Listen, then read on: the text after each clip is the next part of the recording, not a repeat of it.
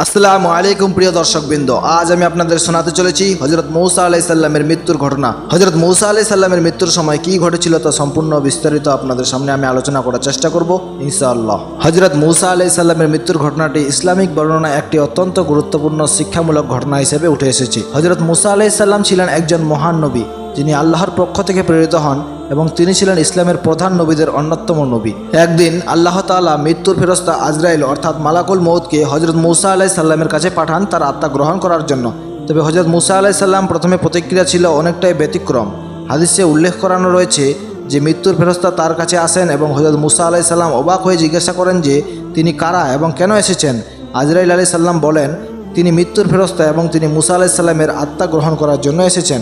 হযরত মূসা আলাইহিস সালাম এই কথা বুঝতে পারছিলেন না যে এটা তার জীবনের শেষ মুহূর্ত কিনা। তখন তিনি আজরাইলকে একটি আঘাত করেন যা ছিল অনেকটাই প্রতিক্রিয়ামূলক।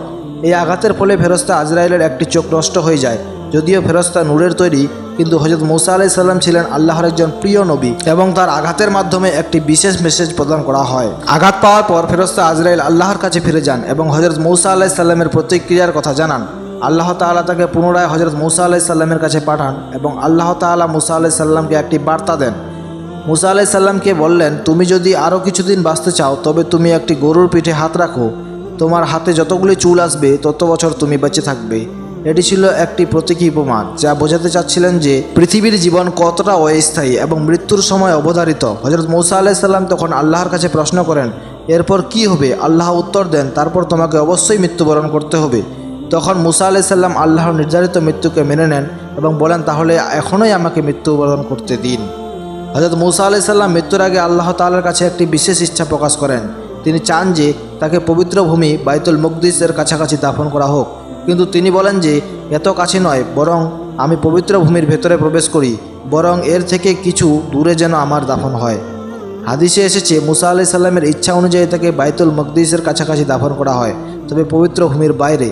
রাসূলুল্লাহ সাল্লাল্লাহু আলাইহি ওয়াসাল্লাম একবার সাহাবীদেরকে বলেছিলেন যে যদি তোমরা বাইতুল মুকদ্দিসের কাছাকাছি যাও তবে সেখানে একটি লাল পাহাড়ের নিচে হযরত মূসা আলাইহিস সালামের কবর রয়েছে।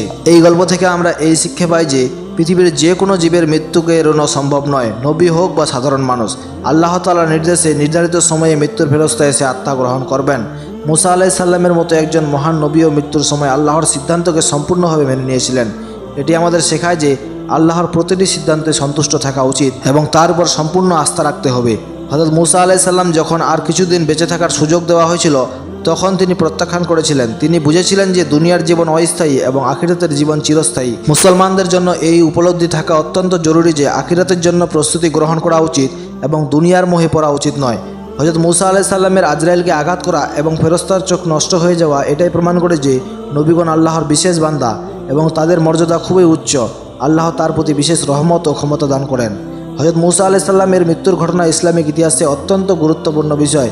এটি শুধু হযরত মূসা আলাইহিস সালামের জীবনের একটি অধ্যায় নয়, বরং মুসলমানদের জন্য এটি দারুণ শিক্ষণীয় বার্তা।